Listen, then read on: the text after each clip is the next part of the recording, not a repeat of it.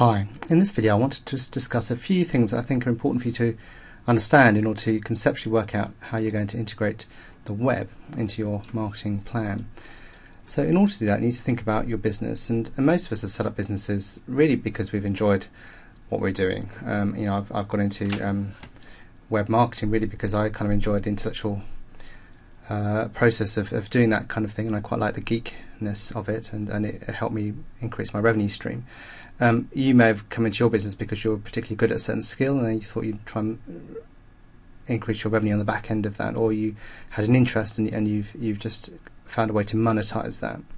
And when we think about our business, really there's a whole series of processes involved in running a business, and some of those are really processes that help us maintain the business, and some of those are processes that help us grow our business. And whilst emotionally we'd like to really just grow our business, actually we end up spending most of our time just maintaining the business because that's just how our focus goes. Now, when I talk about maintaining the business, it's things like fulfilling orders, which takes up the majority of our time. We often get stuck in making sure that the goods are out, or that our customers are happy, or that we've delivered the training or the service that our customers are asking for, and that takes up a lot of our time. And partly that's because that's what we enjoy, that's why we came into the business, and partly because that's how we think we run our business. The other side of business maintenance is admin, and admin tasks are again very necessary. You have to do them in order to keep your business going, but they're not going to grow our business. So things like making sure that your company's house returns are done in the right time, or tax returns, or your invoices are sent out, or that they're paid for, that your suppliers are paid for. All of those things are important, but they're only going to maintain our business. Peter Drucker, who's probably one of my favourite business authors, really talked about the fact that business is really about two things. It's about product innovation and marketing, and that's it. And really, when you think about business growth really is about product innovation and marketing. But we don't tend to spend a lot of our time or thinking in this area. And product innovation for me means how can you creatively solve a problem that your customer currently has? Now, a lot of companies try and creatively solve problems that they think that they can solve. And some of them do very well and some of them don't. But if you try and think about the problems that your customer currently has and think of a way in which you can creatively solve that, well, then you're probably going to grow your business much more effectively than if you don't do that. Okay, now I can't do that for you because I don't understand your business model and it's not my skill. But essentially, most customers want convenience. Most customers want to feel good. And they want those two things more than they want to save money. So if you can provide a way in which you can make things more convenient for your customers, or you can make them feel good, by whatever definition your customers feel good by, you're likely to grow your business. But the specifics of that are difficult for me to get into because I don't necessarily work in your industry. Marketing is an area where I'm much more of an expert in, particularly internet marketing. And really, when you talk to marketers, everyone's got their own view about what marketing is. And for me, marketing is a series of communication skills that allows you to take a person from being possibly interested in your product to giving you money. And really, marketing is about increasing your cash flow. And there are three primary ways in which you can increase your cash flow. One is to increase the number of customers that you have. Another would be to get your existing customers to spend more money with you. And another would be to make your customers spend more frequently with you. And those are the three ways in which you can increase your cash flow. And marketing, or communicating in a way that helps them do that, is key to growing your business. So when you break down marketing, for me, there are really three phases of marketing. There's the lead generation phase, and this is where you try and get more customers in. You try and say, hello, come into my shop. Let me see what I can offer you. And so, when I go to bazaars in Asia or sometimes down in London, you'll find people just shouting, just saying, come here, and they're just trying to attract attention. Similarly, that's how all businesses work, but they might do that in a more subtle way. So they might have some advertising going on, or they might give you their cards, or there might be some flyers going on, but typically there'll be some sort of print marketing system going on there, or you might get some cold calling, and that works sometimes just on volume. And then there's the lead conversion, and this is a different set of communication skills involved here. And this is where you have to connect with your customer or your potential customer and help influence their thinking so they realise actually it's worth them spending some cash with you in exchange for the product or the service that you have to offer them. And here the communication skills are different to attracting attention. And the third phase of marketing for me is really communicating to increase your referrals, or increase your repeat business, really. And you know, if you ask businesses what's the best type of marketing you've got, they'll all say word of mouth. And yet when you ask them, well, what specifically are you doing to increase your word of mouth marketing? Most people look at you blankly, thinking, well, I don't do anything. Most people spend most of their time and money in lead generation. And now I'm not saying that's wrong. What I'm saying is that if you know that the most effective way for you to increase the number of customers you have is by referral, then why not spend some time and money increasing the amount of referral traffic you get? And that's a different set of communications that you need to do, which is separate from lead generation and conversion. So let's just break down that a little bit more in a different way. So, you know, people often talk about sales funnel, and I think it's a useful concept. So, you know, there are people out there that you suspect may be interested in your product or your service, and what you need to do is attract their attention so that you can then identify the prospective customers. Now obviously that'll be a smaller number, but those people are warmer. They're much more likely to be interested in what you have. You know, they've stepped into your shop, they've given you a phone call, they've made contact with you somehow. So they've distinguished themselves from the suspects. But what you have to do with the prospects now is you have to convert them to the idea that it's worth them spending their cash in exchange for your product or your service, so that they can then become your customer. And then what you need to do is keep that relationship going with your customer so they look to spend again with you. And by becoming a repeat purchaser of your products, they then become a client. And clients and fans are the people that are going to increase the number of prospects that you have, because they will then spread the word around you through word of mouth marketing. Okay, so let's dig into that a bit more. And you know, when I say attracting attention, you know, you'll be doing this in some way, or you'll be aware of how this is done, and this will be, you know, your high street presence, just making sure that people see you as they're passing by. And again, how you specifically do this depends on your business model, but essentially if you've got a presence that people are likely to see just by passing their day-to-day activity, you're likely to attract their attention. And if you've got a prestigious positioning on the high street or a name, you're likely to attract their attention much more effectively. Other ways is just chucking your name out there, you know, either on vehicle decaling or you know, billboards or whatever. Then there's advertising, and there's various ways in which you can advertise. I mean, you can advertise now on petrol stations, you know, on those those nozzles. I've seen the adverts there, and you know, I know in America they've got adverts on bananas. I mean, you can put adverts anywhere.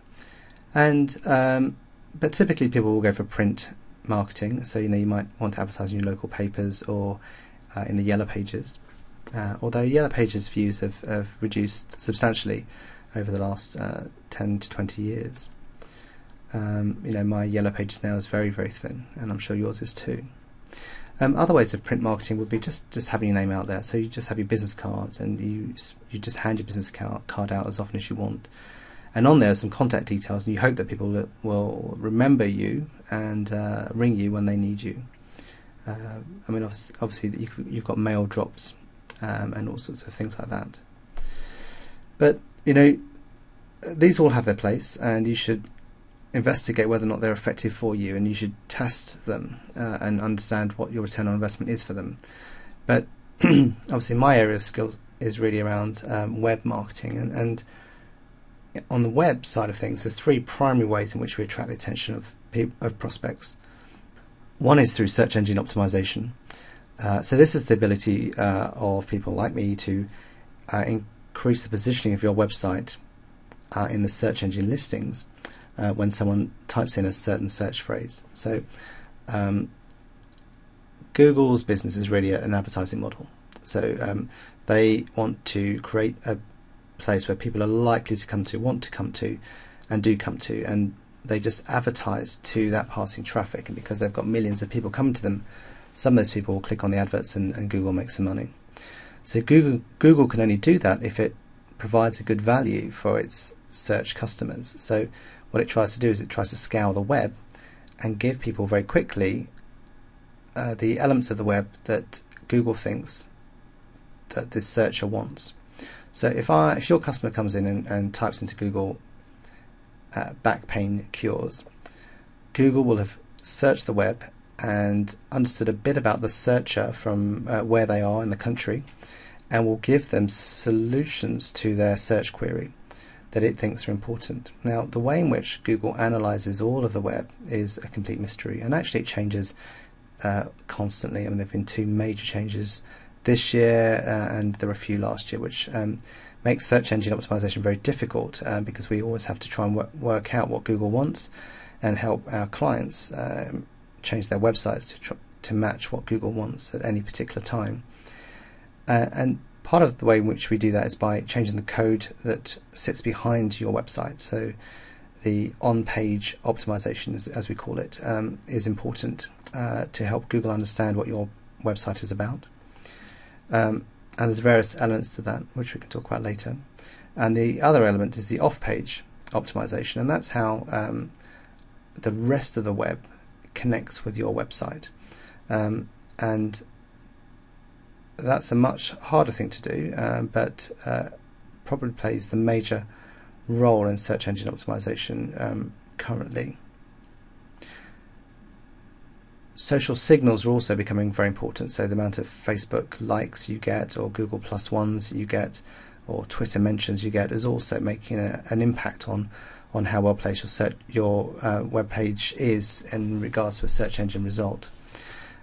So there's a role for search engine optimization which may be useful for you, because you will know that only 6% of people hit the second page, and less than 50% even go past the top 3 listings. So if you're in the top 3 listings, you're much more likely to get the majority of the web search traffic that comes looking for solutions that you might have to offer. Social media is also very important, and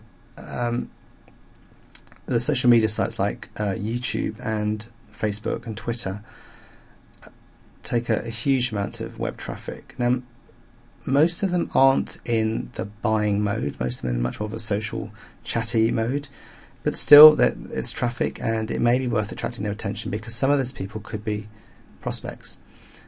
Now, it takes a lot of work to try and create a social media presence and then maintain it, because you can't just have a Facebook page and then leave it empty. You have to constantly add pages and updates and messages on there and respond to people who try and interact with you. Similarly with Twitter, you can't just have a Twitter page and leave it there. It needs to be an active thing, and for some people they've got the time to do that, and for some people they haven't got the time to do that. And but social media is another way in which you can attract attention. Now, both of those 2 things are probably better in terms of their ability to attract attention, but they are both slow. They take time to build up. You can also pay for adverts, so you can pay for adverts on the Google search results, and you've no doubt seen the advertised sections, and those people can get, they've paid some money to in an auction really to try and bid for a better placement for a given search term.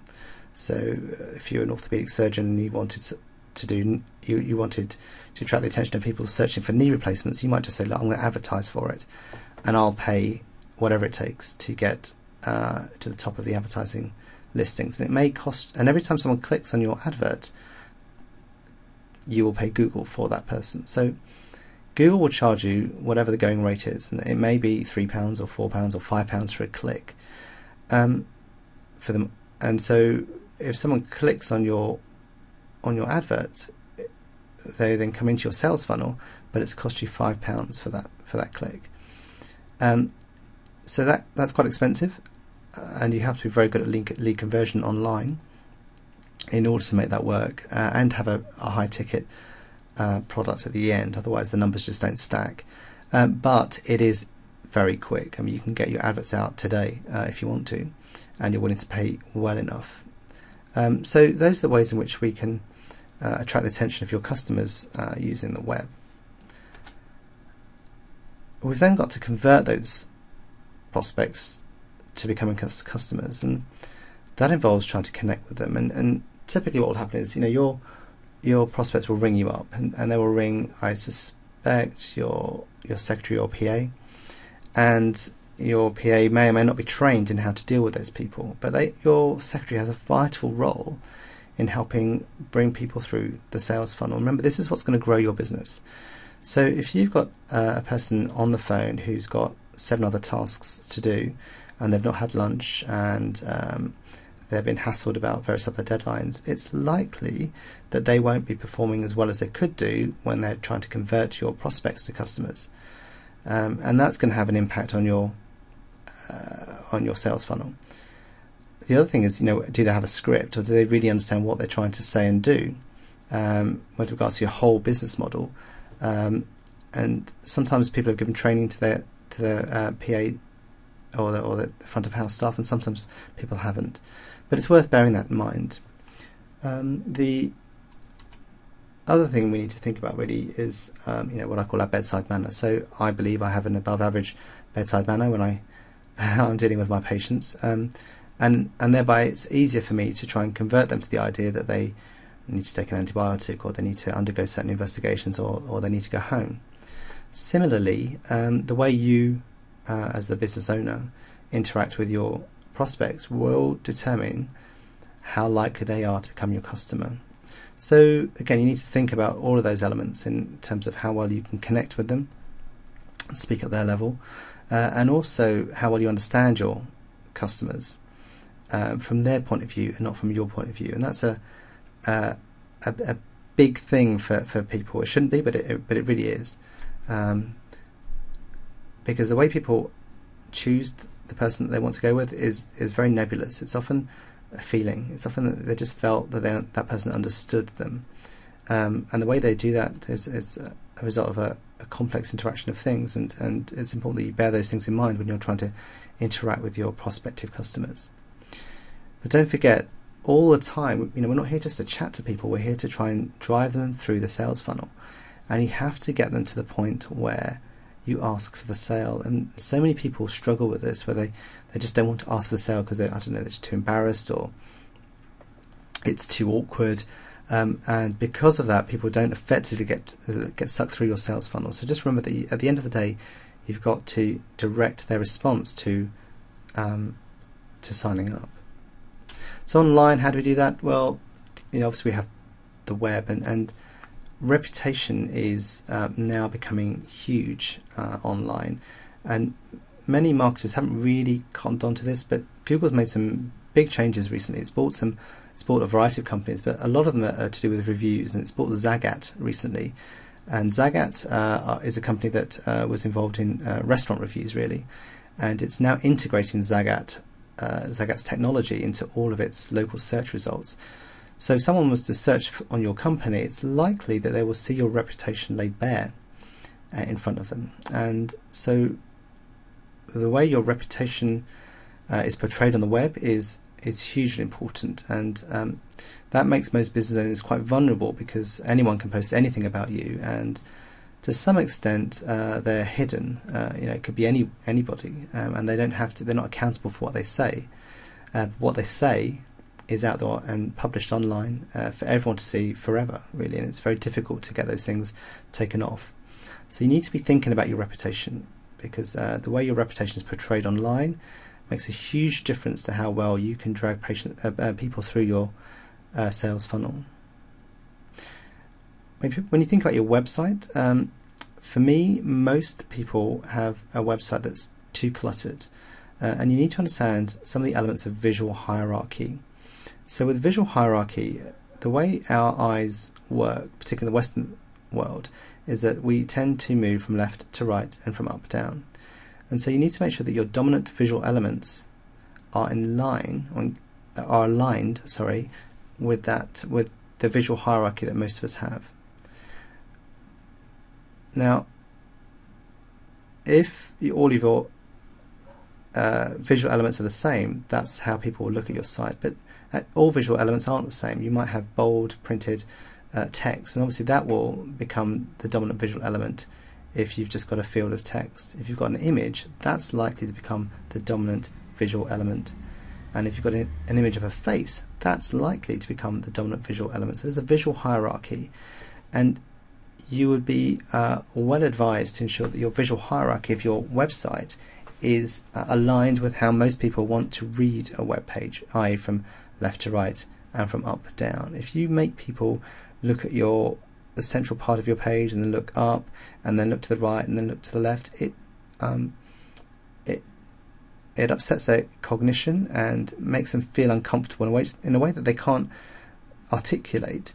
But in the first 3 or 4 seconds, they just feel uneasy about your website.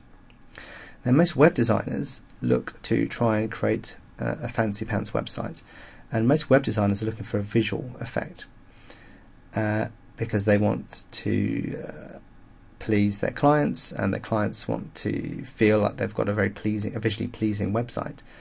But most marketers look to try and get people through the sales funnel, and there's a balance there, because sometimes if you create too many options for people's attention, you have the paradox of choice coming into play, which means that people end up choosing to do nothing. So if you give people too many choices, invariably they choose to do nothing.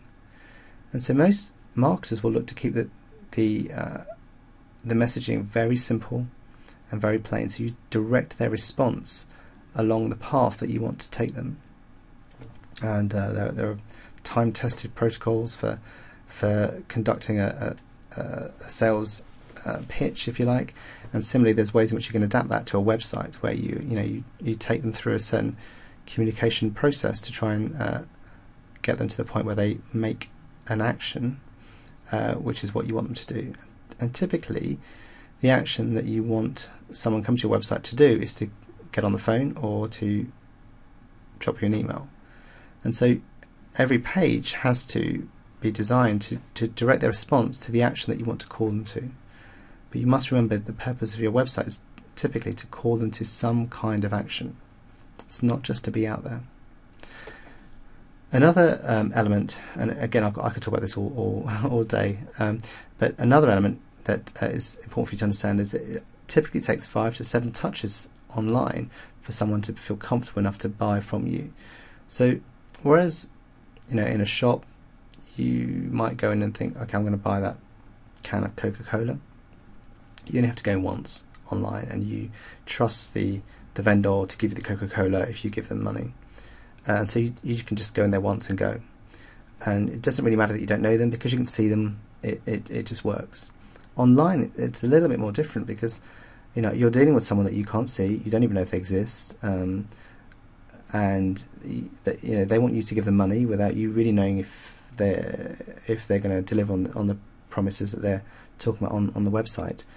And so what typically happens is that people very rarely pay cash or make any big transaction on the first touch online. And the data suggests that people need to have somewhere between 5 to 7 touches before people feel comfortable to undergo an online transaction. So if you're a big company like Amazon, people are likely to have had previous touches with you, and so you can go in once to Amazon and buy, and you know it's going to be okay. But if you're a smaller outfit where you haven't got a relationship with the customer that you're looking at, or the prospective customer that you're looking at, it's likely you're going to have to repeat the amount of times that you get in touch with that person. So you need to think about that when you're converting them online. The third phase is really about retaining the relationship, and this is some simple things but very important, and it could be something like sending them a birthday card or an anniversary card or a Christmas card, and these are things that you can do now to your you'll have a database on your of your previous customers, and if you just send them a birthday card or a Christmas card, it just keeps you top of their mind, so that if a conversation comes when they're with their friends, and they may just think of you and mention you in the conversation, and that's how you get the word of mouth referral system working for you. But you have to actually put some effort into that. So sending flowers, anniversary flowers, or something that just helps people keep you top of their mind even after you've dealt with them. So there's nothing fancy here. You're not saying, look, I'll give you flowers if you come back to us. You just give them flowers. You're just trying to retain that relationship. I'm a big fan of educational based marketing. I think it's probably one of the more effective ways of marketing, particularly online. But actually you can do that in the offline world too, and many companies do that. So I bought an Audi car a few years ago, and every so often I get a magazine from Audi, not trying to sell me a car, but just keeping in touch. There's some information about Audi, but there's some information about lifestyle stuff as well. And so similarly, you might be able to send out a quarterly update about some of the things in the industry, just to help make them feel more intelligent, so that when they're having conversations in their own world, they can have a much more informed conversation because they've read your information piece, your educational piece. So you might want to think about employing some of those strategies in your current business model now. But online, how can we do that? Well, email autoresponders are just the most amazing marketing tool online, I believe, and I'm just stunned that more people don't use them. They have more than doubled my business easily, and I've used them with some other clients, and again, similarly, it's made some dramatic improvements on the number of customers that people can generate, and partly because of the 5 touches thing, and partly because it's just so easy. So the way email autoresponder works is that you might come to my website, and I might ask for your email address, and you might give it, or you might not. So I might give you what we call an ethical bribe, a free report, or some extra training, or something of value to you in exchange for your email. And there'll be some specific ways in which we could do that. So, so if someone comes to your website, we could say, look, I've got this great report on how to choose the perfect plastic surgeon. And, if you'd like to have it, just pop in your name and email address, and I'll send it across to you as soon as I can. And what happens then is that their name and email goes into your back-end system, your autoresponder system, and you can then pre-design emails to go out, and they can be personalised. So you can say, "Hi Jennifer, thanks for getting in touch. I've got your request, and I'm just sending your free report on how to choose your perfect plastic surgeon here. Hope you enjoy it. Take care, John." So nice and chatty, because emails tend to be very chatty. They're not. Again, the communication on email is very different to the communication that you run on a website. And then maybe a couple of days later, you can then automatically send another email, and again, it's personalised to Jennifer. So you can say, "Hi Jennifer, I'm just catching up again. It's John here from John's Plastic Surgery." Another thing that I realise that people always worry about is the cost of undergoing plastic surgery, and it is a big cost, particularly in the current economic climate. But there are lots of ways in which you can actually finance plastic surgery. I wasn't sure if you really knew about that. I've got some. I've done lots of research in this area just to try and find out the best way for my customers to finance their plastic surgery if that's what they want to do. And I just thought you might want to see that too. So I'm just sending that with you in this email too. Hope that helps. Take care, John. Okay. And so similarly, you've got, again, it's not trying to sell them anything. It's just trying to keep in touch, give them very helpful, useful information. So you've got to keep it useful for Jennifer. And then it's not spam, and it's not spam anyway because Jennifer's instigated this. Spam is really when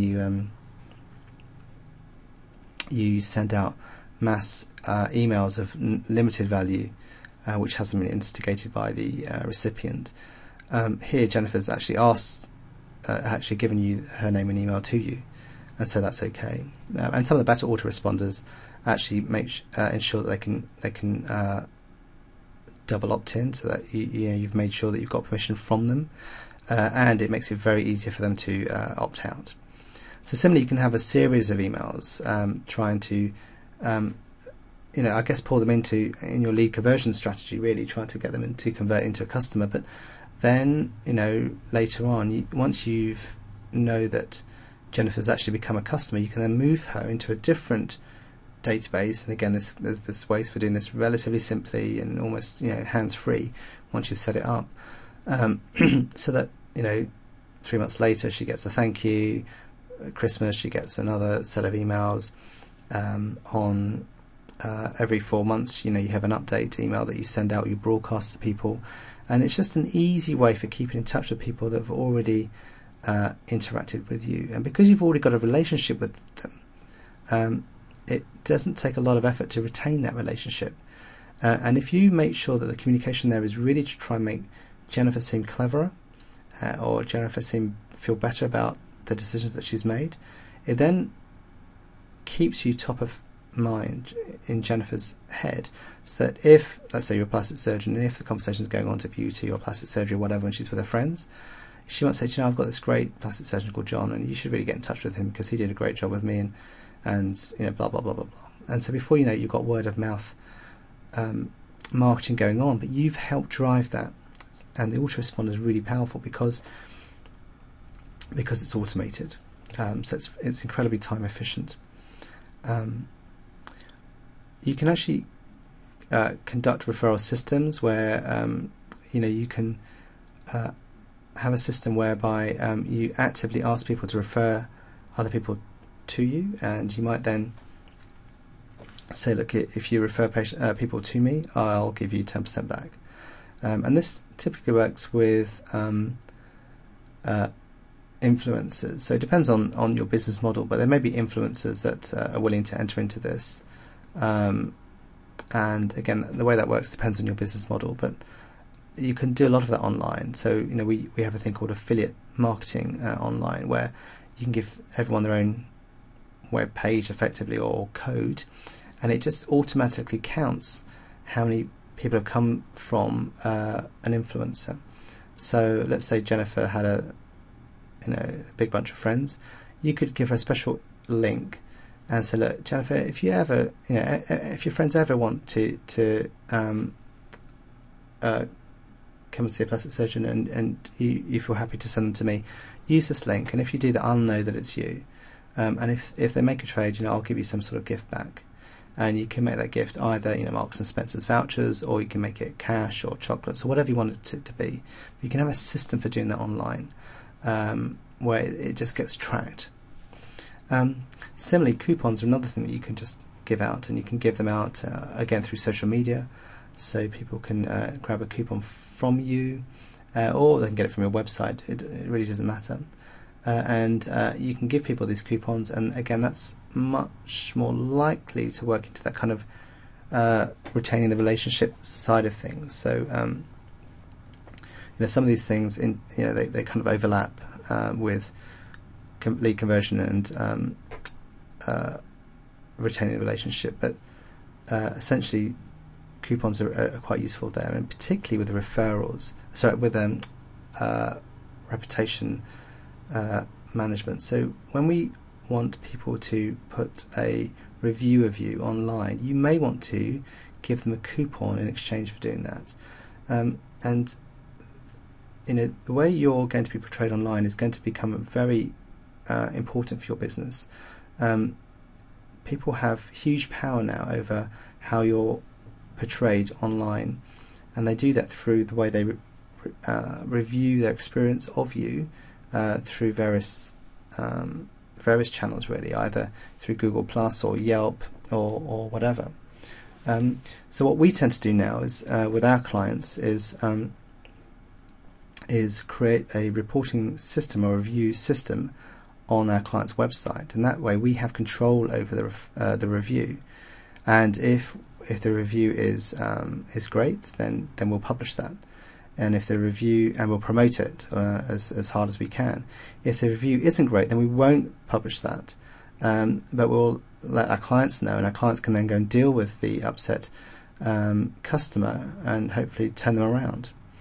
But that way we then have control over the posting of these referrals, because once people have let off steam, they don't usually check to make sure it's published. They just want to have just typed it up and published it. And if we make it easier for them to do that, then we can control that control that review. And if it's a good review, we can give them coupons in exchange for that. So, I didn't want this to be a sales pitch, really. I just wanted this to be hopefully an educational experience for you, where you've understood some things a bit better now than you did maybe 5-10 minutes ago. What I'd like you to do now, what I invite you to do now, is if you want to find out how your business is reported on the web, I've got some services on the right hand side that I've paid access for, and it's completely free for you.